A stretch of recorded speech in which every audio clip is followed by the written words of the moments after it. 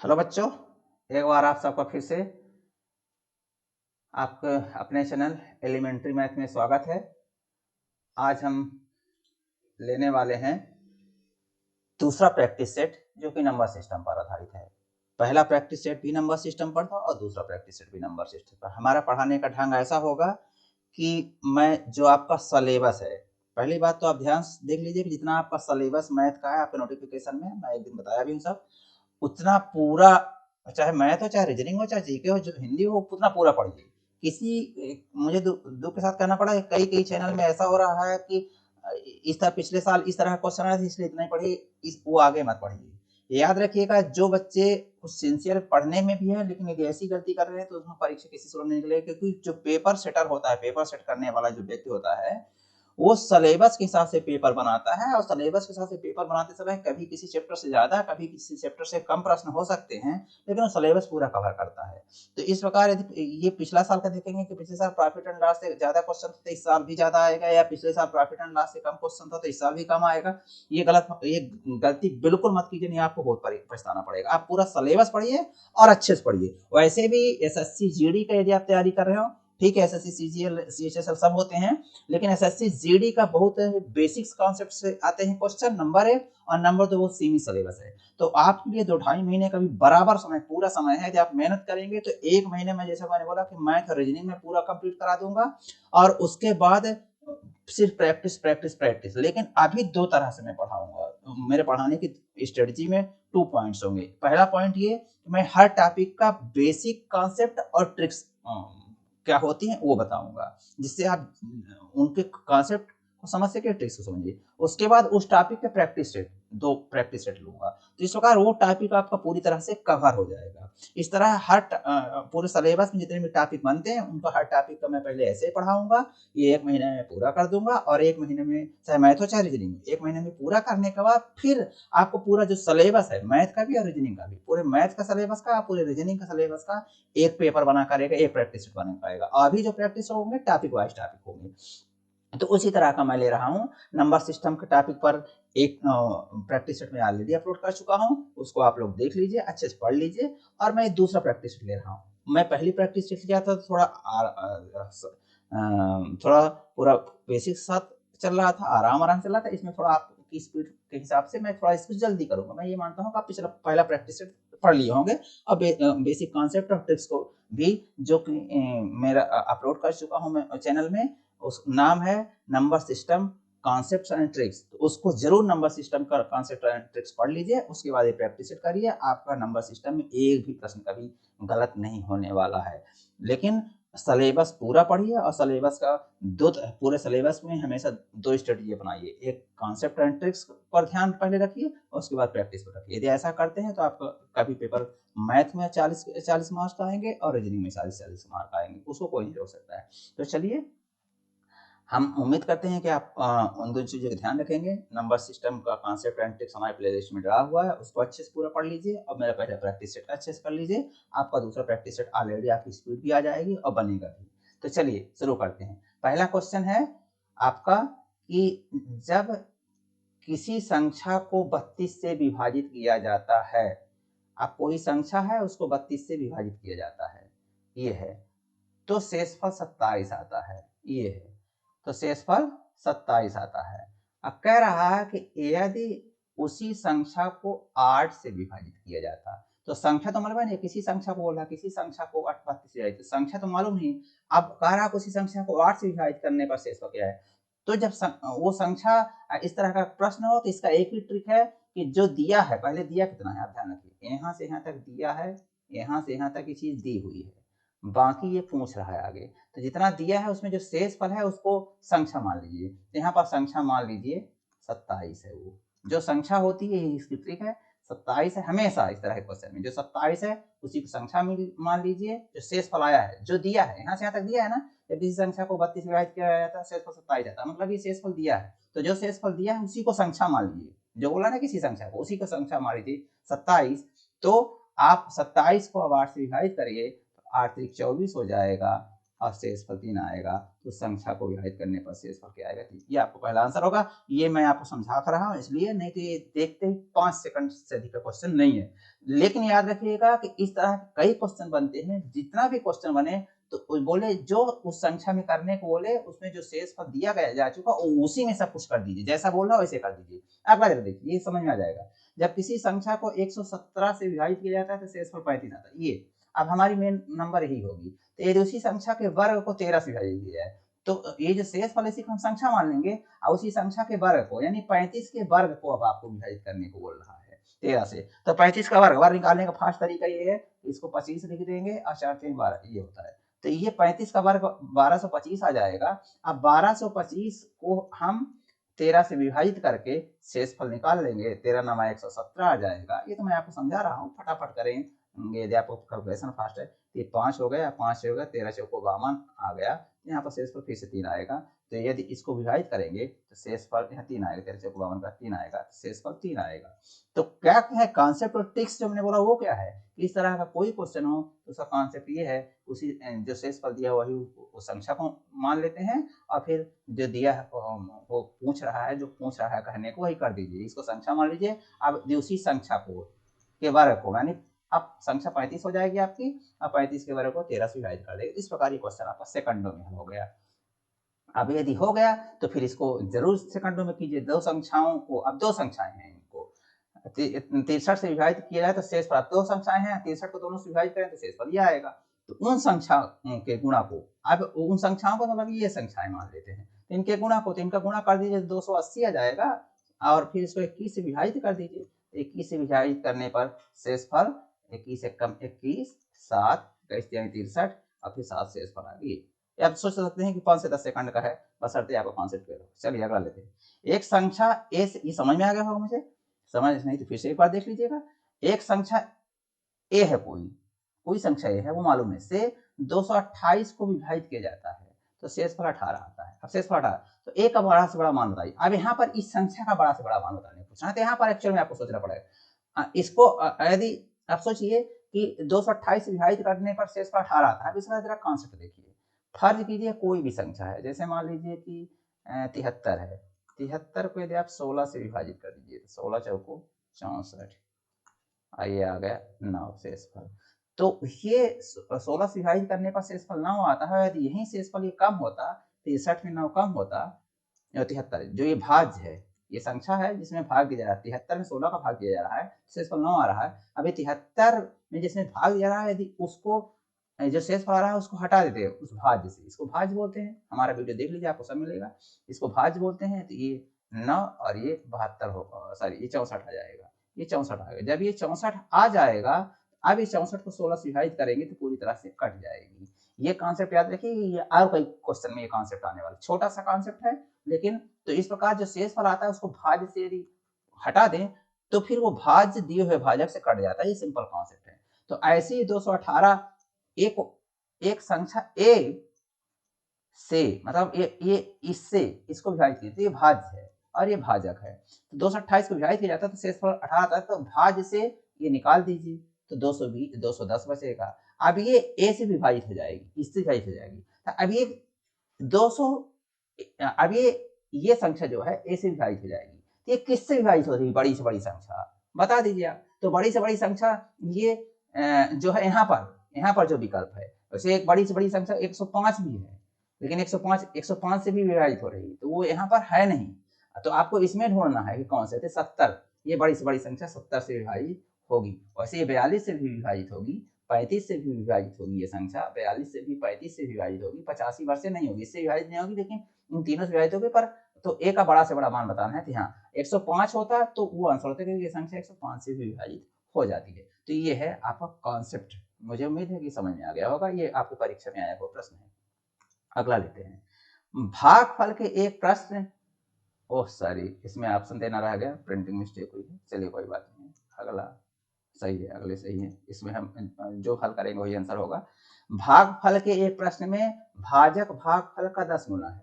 अब आप जानते हैं कि एक मैंने भागफल का नंबर सिस्टम में कॉन्सेप्ट लिया है, तो उसमें बताया है कि भाज्य इज इक्वल टू भागफल इंटू भाजक प्लस शेषफल, शेषफल ये होता है। तो इसमें ये यहाँ पर भाजक भाग शेषफल है, तो ये फार्मूला होता है, इस पर आपको कॉन्सेप्ट क्लियर होना चाहिए। मैंने बोला कि वीडियो पड़ा हुआ है मेरे, number system concept and tricks, तो कॉन्सेप्ट का ये। अब भागफल के एक प्रश्न में भाजक भागफल का 10 गुना है, तो भाजक जो है भागफल का 10 गुना है और शेषफल का 5 गुना है। तो भाजक के बारे में बोला कि भागफल का 10 गुना है और भाजक शेषफल का 5 गुना है। शेषफल 40 है, तो शेषफल पहली बात तो 40 हो गया आपका, तो शेषफल ये चीज 40 हो गया, शेषफल 40 हो गया। लीजिए अब शेषफल का 5 गुना कौन, भाजक शेषफल का 5 गुना है, तो शेषफल का 5 गुना है भाजक, भाजक शेषफल का 5 गुना है और भागफल का 10 गुना है। तो भाग ये जो भाजक है वो शेषफल का 5 गुना है, यानी ये शेषफल 5 गुना यानी 40 है, 5 गुणे पर 200 हो जाएगा, ये 200 हो गया भाजक। और भागफल का 10 गुना है, तो ये भागफल का ये 10 गुना है, तो भागफल 20 होना चाहिए था, तो भागफल में 10 गुना करेंगे तो 200 आएगा, तो ये भागफल 20 होना चाहिए। जैसा क्वेश्चन बोल रहा है ना, भाजक भागफल का 10 गुना है, यानी भाजक जो है ये भागफल का 10 गुना है और शेषफल का 5 गुना है, पर शेषफल दे रहा है 40 है, तो शेषफल 40 दे रहा है, तो यहाँ पर तो 40 हो गया शेषफल।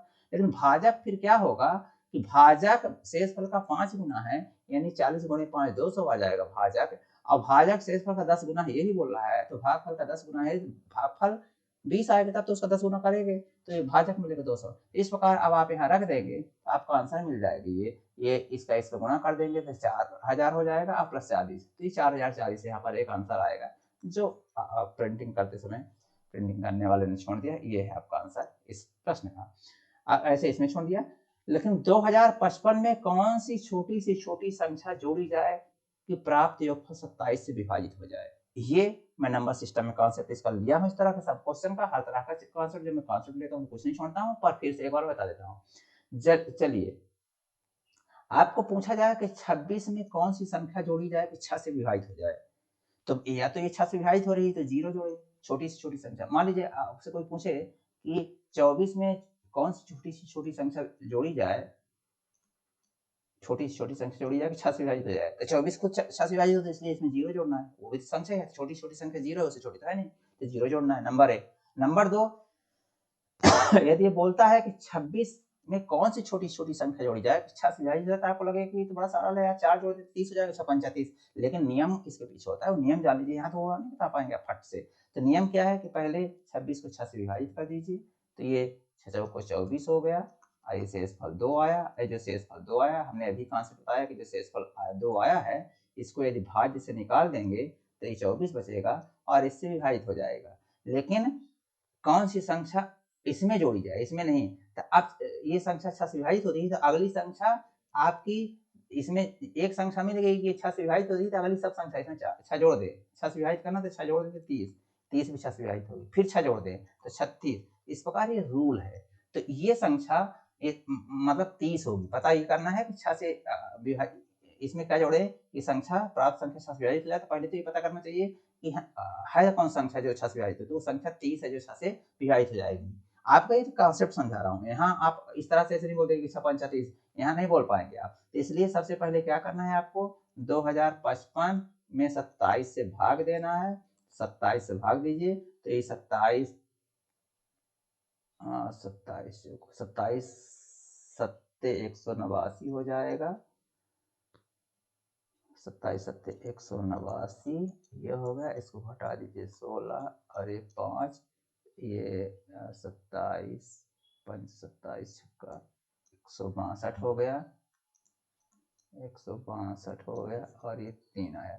तो इस प्रकार ये जो है, तो यहाँ पर शेषफल 3 आ रहा, 27 से विभाजित, तो 27 से विभाजित, यहाँ बोला कि संख्या में क्या जोड़ दें, छोटी छोटी, तो यदि पूछता क्या घटा दे, तब तो निश्चित रूप से आपको पता हो जाता कि ये लीजिए इसमें 3 घटा देंगे, क्योंकि यहाँ जो भाज्य है और शेषफल 3 है, यदि भाज्य में से शेषफल हटा दे तो दिए हुए भाजक से संख्या पूरी तरह विभाजित हो जाती है, तो ये घटा दीजिए तो 2052 होगा। अब 2052 जो है 27 विभाजित हो जाएगी, तो अगर पूछा था कि 2055 में कौन सी छोटी छोटी संख्या घटा दी जाए कि प्राप्त परिणाम 27 से विभाजित हो जाए, तो ये परिणाम प्राप्त हुआ है और 27 से विभाजित हो जाएगा, लेकिन यहाँ बोला छोटी छोटी संख्या जोड़ी जाए, तो अब ये मैंने बोला ना कि 27 से विभाजित होगी, तो 27 से विभाजित होने के बाद फिर अगली संख्या कौन सी 27 से विभाजित होगी, तो 2052 27 से विभाजित हो रही है, अगली संख्या ये 27 से विभाजित होगी, यानी 2079, ये 2079 जो है 27 से विभाजित होगी। फिर कोई अगली पूछता है तो और 27 जोड़ देते। इस प्रकार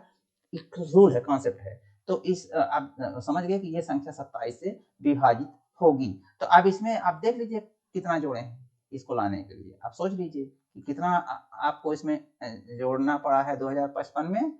24 यदि आप जोड़ देंगे तो ये संख्या 27 से पूरी तरह से विभाजित हो जाएगी। यहाँ पर एक ऑप्शन 24 था जो लिखा नहीं, तो इस प्रकार आपका आंसर ये 24 है। ठीक, समझ में आ गया होगा। और मैं बता रहा हूँ जीरो से लेकर चलता हूँ, सब चीज बताता हूँ, इसलिए कुछ बच्चों को जिनका क्लियर रहा होगा तो कोई बात नहीं है, पर फिर भी एक कुछ ना कुछ कॉन्सेप्ट हमेशा नया मिलता है, जैसे ये कॉन्सेप्ट आपको मिला होगा। अभी इस प्रकार के वो क्वेश्चन थे। अभी ये है कि 35 से विभाजित करने पर शेषफल क्या होगा। तो याद रखिएगा, इसका बहुत ही सिंपल कॉन्सेप्ट मैं बता रहा हूँ जो शायद आपको अभी तक न मिला हो। इसमें सिर्फ पहले आधार, इसको इस प्रकार की संख्या को 35 से विभाजित करने पर जब एक घातांक में दिया हो तो ध्यान रखिएगा, थोड़ी देर के लिए घात भूल जाइए और आधार को देखिए। आधार 176 है तो 176 को 35 से पहले विभाजित कर दीजिए। 35 पंचे 175 और ये एक आया। ध्यान रखिए कि इसका शेषफल 1 या -1 इस तरह के लाना है हमेशा। तो एक शेषफल आ चुका है, ये जब इसकी पीछे ट्रिक यही है कि इस तरह क्वेश्चन हो तो शेषफल 1 या -1 लाना है, वहीं पर ही प्रश्न हल होता है। तो ये एक हो गया, और एक जब हो गया तो अब इसका शेषफल यदि पूछ रहा है तो सीधा इसका इस संख्या को 35 से विभाजित करने पर जो शेषफल आएगा 1 घाते, ये जो लिखा है 106 घात 106, ये तो इस प्रकार एक में चाहे जितनी बार 1 गुणे 1 गुणे 1 गुणे 106 बार तो भी 1 आएगा। तो इसका शेषफल 1 होगा। ये कॉन्सेप्ट मैं पहले भी बता चुका, फिर बता रहा हूँ और ध्यान रखिएगा। ये सब कॉन्सेप्ट क्लियर है तो प्रश्न 5 सेकंड से अधिक नहीं लगते हैं। अब इस संख्या को 17 से विभाजित करना है। तो 17 से विभाजित करने का हमने बोला ना कि 69 को 17 से विभाजित करते शेषफल 1 आएगा, तो इसका ये हो जाएगा 1 घाते 90। तो इसका शेषफल 1 घाते 90 यानी 1 का 90 तो 1 आएगा। और 1 गुणे ये कर देंगे जब, तो फिर यही आएगा। और इस प्रकार 692 को आप 17 से विभाजित कर, ये दोनों गुणा है। इसको बोला है कि पूरे को 17 से विभाजित करने पर, तो इसका तो हमने बोल दिया कि 17 से विभाजित करेंगे इसको तो शेषफल 1 आएगा, और जो शेषफल आए इसमें गुणा कर दीजिए। अब जो आए उसको पूरे को विभाजित करना है 17 से, क्योंकि इस पूरे को 17 से विभाजित करना है। पहले इसका शेषफल देख लिया, अब इस पूरे का शेषफल इसमें गुणा करके अब विभाजित कर दीजिए, शेषफल आएगा 17 चौको 68 हो गया, ये 1 और ये 2 आ गया। अब ये भाग जाएगा नहीं, एक बार हालांकि विभागन का लब्ध शून्य होगा, ये 0 होगा, पर यहाँ पर 12 शेषफल रहेगा। तो इस प्रकार इसका शेषफल 12 आएगा। तो ये मुझे उम्मीद है कि आपसे ये भी बन जाएगा। कॉन्सेप्ट क्लियर है तो यहाँ कुछ एक सेकंड समय लगता। अब जब देखिए 31 है तो ये थोड़ा दूसरे टाइम का, हाँ 31 को इसको 31 से विभाजित करने पर हमने बोला 92 को वो कीजिए और 31 से 31 दूना 62, 30 बचेगा, 3 बार ले जाइए 31 या 93। हमने बोला ना कि +1 या -1 चलेगा, तो ये -1 आ गया। और इस प्रकार -1 आ गया तो फिर इसका 31 से विभाजित करने पर शेषफल जो आएगा ये आएगा 106। अब 106 का -1 गुणे -1 गुणे -1 गुणे 106 बार करेंगे, इस प्रकार करते जाएंगे, इसका आंसर 1 आएगा। ये 1 आ गया। यहाँ पर एक कॉन्सेप्ट और मैं आपको बताता चलूँ, बहुत महत्वपूर्ण। -1 घाते 2 यदि है तो आप जानते हैं कि -1 गुणे -1 बराबर 1 हो जाता है। लेकिन -1 घाते 3 है तो इसका मतलब होता है कि -1 गुणे -1 गुणे -1 इज इक्वल टू -1 इंटू -1 1 और फिर -1 हो जाएगा। यहाँ पर मैं क्यों ऐसा बता रहा हूँ कि यदि यहाँ पर -1 की घात सम संख्या लगी है तो उसका मान हमेशा 1 आता है, चाहे जो भी संख्या लगी हो। और -1 की घात विषम लगी, चाहे इतनी बड़ी घात लगी हो, तो उसका मान हमेशा -1 आता है। तो यहाँ पर -1 की घात सम संख्या है, इसलिए इसकी वैल्यू 1 आएगी, सोचना नहीं है। ये एक कॉन्सेप्ट है जो आपको प्रश्न गलत होने से बचा सकता है, छोटा सा कॉन्सेप्ट, ये ध्यान रखिए। अब ये हो गया, अगला है ये, इसको बोल रहा है कि 67 घात 96 को 67 से विभाजित करने पर शेषफल क्या है, प्लस 67 को 68 से विभाजित करने पर शेषफल क्या आएगा। तो पहले इसका निकाल लीजिए, जो घात वाले हैं तो वही परेशान करते हैं। तो 67 को 68 से भाग दीजिए, तो जबरदस्ती एक बार भाग ले जाइए 68, और ये -1 हुआ। अगर ये -1 हो गया तो ये फिर इसके लिए शेषफल -1 घात 96 होगा। -1 घात 96, अब यहाँ सम है तो इसका वैल्यू 1 ही आएगा। इसका शेषफल 1 + 67, 1 + 67 यानी 68 हो जाएगा। अब फिर पूरा, जब ये पूरा 68 हो जाएगा तो 68 से विभाजित कीजिए, तो 68 से विभाजित करेंगे तो पूरा भाग आ जाएगा, शेषफल 0 आ जाएगा, इसलिए इसका आंसर ये है। तो मुझे उम्मीद है कि ये आपको सब चीज एक एक चीज समझ में आ रहा होगा।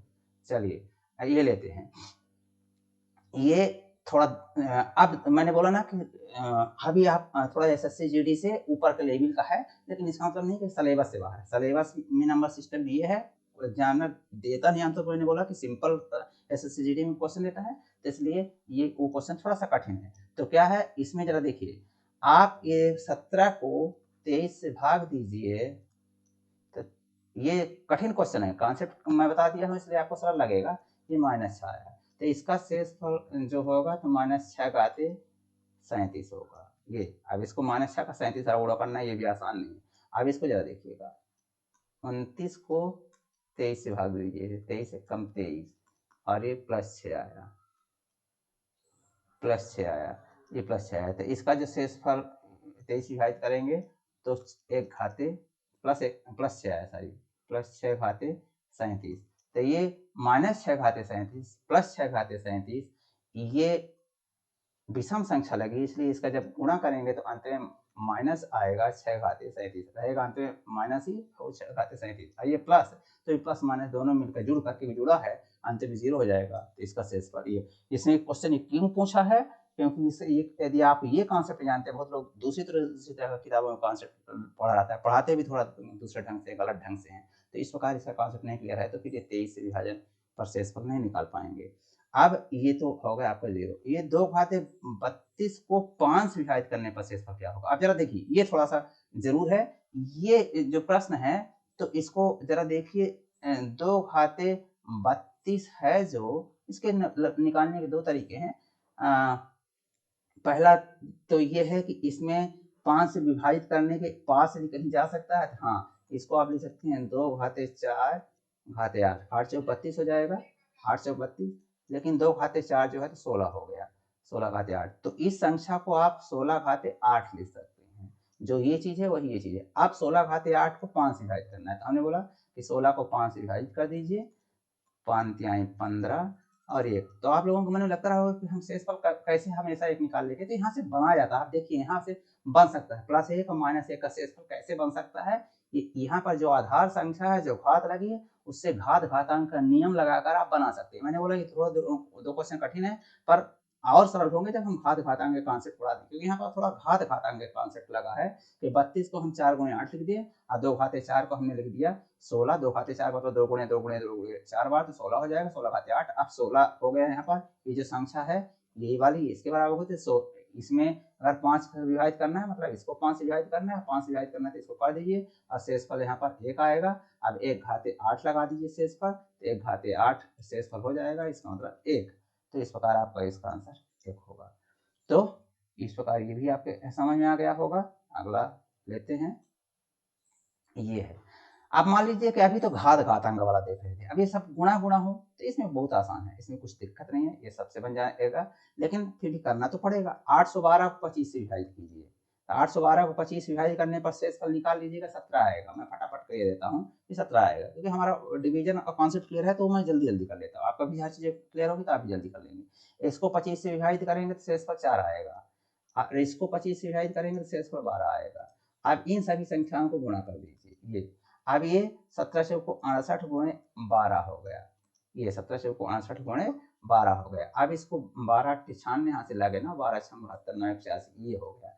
तो इस संख्या को 25 से विभाजित करने पर जो शेषफल आया, इन सबको पहले अलग अलग शेषफल निकाल लीजिए और फिर सबका फिर से गुणा कर दीजिए, ये आया। अब 816 में, क्योंकि 25 से किसी संख्या को विभाजित करेंगे तो शेषफल तो ये आएगा नहीं, शेषफल जानते हैं ये भाजक है, भाजक से हमेशा छोटा होता है, उसी शेषफल बोलते हैं। यदि बड़ा होगा तो भाग चला जाएगा, तो ये इससे छोटा होगा, तो इसलिए 25 से विभाजित कर दीजिए, और 25 से विभाजित करेंगे तो 16 इसमें आ जाएगा शेषफल। आप विभाजित करके दे सकते हैं, इस प्रकार आपका आंसर ये 16 होगा। ऐसे ही इस संख्या को, इस संख्या में पहले इन दोनों का गुणा है, इनको निकाल लीजिए, और फिर इसका, तो इसको पहले ये कीजिए, इसको 12 से विभाजित करके, और फिर इसको, और जो शेषफल आए उनको आपस में गुणा कर दीजिए, और ये प्लस कर दीजिए, और फिर शेषफल निकाल लीजिए, अंत में जो आएगा वो आपका आंसर होगा। मैं आपकी होमवर्क के लिए छोड़ता हूँ। तो इस प्रकार ये आपका क्वेश्चन हो गया। अगला क्वेश्चन है, ये देखिए, 71,042 के नजदीक 35 से विभाजित होने वाली संख्या। अब नजदीक पूछ रहा है, जैसे अभी आपसे, हाँ पीछे में एक क्वेश्चन लिया था उसी से मिलता है। 26 के नजदीक 6 से विभाजित होने वाली संख्या, तो आप बोल देंगे कि 24।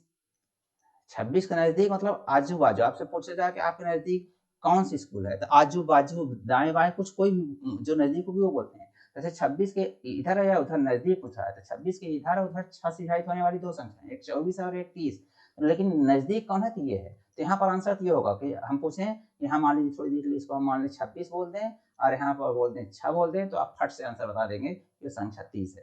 लेकिन यदि कॉन्सेप्ट नहीं क्लियर है कि ऐसे कैसे आती है, तो फिर इसके लिए तो आप नहीं बता पाएंगे इसमें। तो इसलिए पहली बात आपको कॉन्सेप्ट क्लियर होना है, और जो कॉन्सेप्ट अभी मैं पिछले क्वेश्चन में लिया हूँ और नंबर सिस्टम में कॉन्सेप्ट पढ़ाते समय पूरा बताया भी हूँ।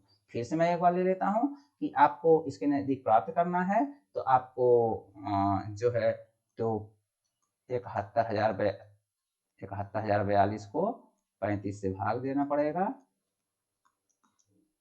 35 से 35 दूना 70 हो जाएगा, ये 1 आया, ये 0 भाग नहीं गया, तो फिर यहाँ 0 लगाएंगे, तब जाकर ये संख्या लेंगे।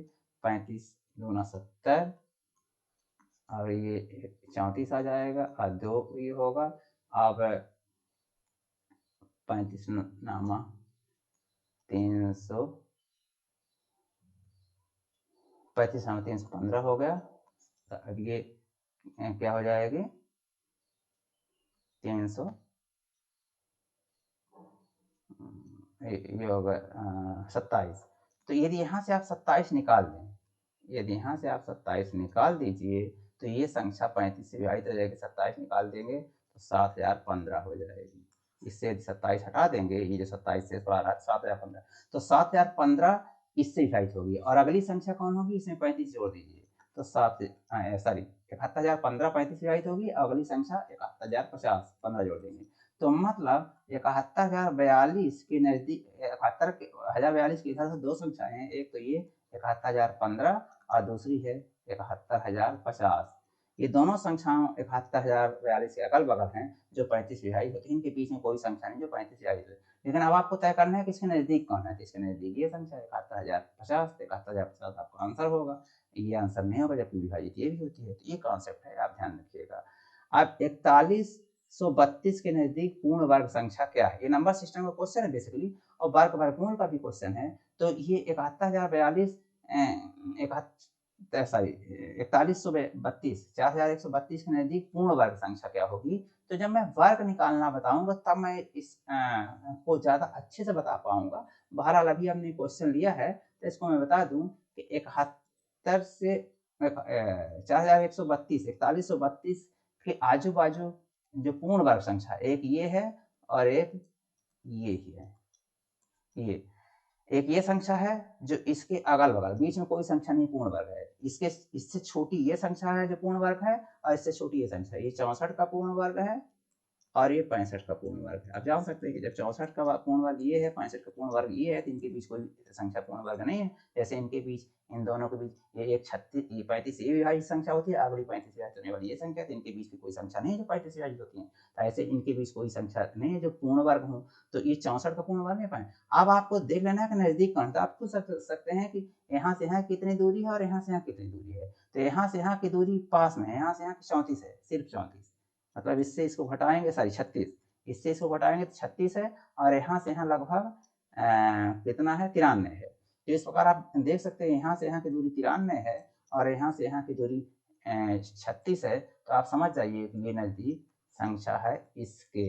तो 4132 के नजदीक पूर्ण वर्ग संख्या ये भी आंसर में है। अब ये तो पूर्ण वर्ग है ही नहीं, तो इसको इनको लिखने का कोई क्वेश्चन ही नहीं होता, इनको लेने का कोई, ये पूर्ण वर्ग संख्याएं नहीं है, तो ये सवाल ही नहीं। तो सिर्फ आपको जब कॉन्सेप्ट क्लियर होगा वर्ग वर्गमूल का तब जान पाएंगे।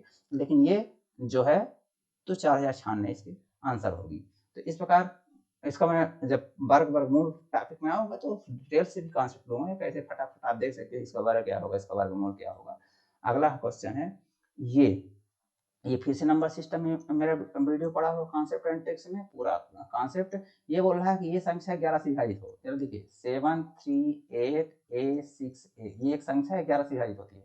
तो हमने बताया कि 11 से विभाजित होने का रूल जो है लगाना है यहाँ पर। तो 11 से विभाजित होने का रूल जो है कि ये एक एक अंक छोड़कर ये लीजिए, ये फिर एक अंक छोड़िए, ये अब आगे है ही नहीं, एक अंक छोड़कर योग कीजिए अंकों का, तो 7 8 7 15 6 21 ये। अब जो बची हैं ये, फिर एक अंक छोड़कर ये और ये, इनका योग कीजिए, तो ये हो गया 3 और ए, तो 3 + 2 हो गया, 2 बार।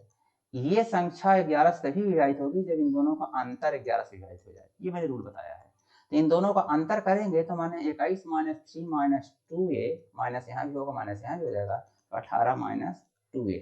अब ये संख्या 11 से विभाजित होगी, तो 11 से कब विभाजित होगी? जब यहाँ पर 7 आ जाए। यदि यहाँ पर 7 आ जाए तो 18 - 7 यानी 11 हो जाएगा। 11 11 से विभाजित होता है, तो 7 तो आ नहीं सकता क्योंकि एक अंक है, तो एक स्थान पे 3 रखेंगे तो 6 आएगा, और एक स्थान पे 4 रखेंगे तो 4 दूना 8 8 आ जाएगा, 7 तो यहाँ आ नहीं सकता है। इसलिए ये विकल्प तो सही नहीं है कि हम यहाँ पर सोचेंगे 7 आ सकता है। हाँ, यहाँ पर 18 आ सकता है, और 18 - 18 0 हो जाएगा, और 0 11 से विभाजित होगी। 0 तो सब संख्या से विभाजित होती है, याद रखिए 0 हर संख्या से विभाजित होती है, 0 सिर्फ विभाजित किसी को नहीं करता है, 0 सब संख्या से विभाजित होती है। तो यहाँ पर यदि 11 से इसको विभाजित होना है, तो ये संख्या 11 से विभाजित होनी पड़ेगी, और ये संख्या 11 से विभाजित होगी तो यहाँ 9 आएगा, यहाँ 18 आएगा 2a के स्थान पर, और इसलिए a के स्थान पर 9 आएगा। जब a के स्थान पर 9 आएगा तभी तो 2a यानी 2 गुणा 2a बराबर 18 हो जाएगा, तो इस प्रकार यहाँ पर a का मान 9 होगा।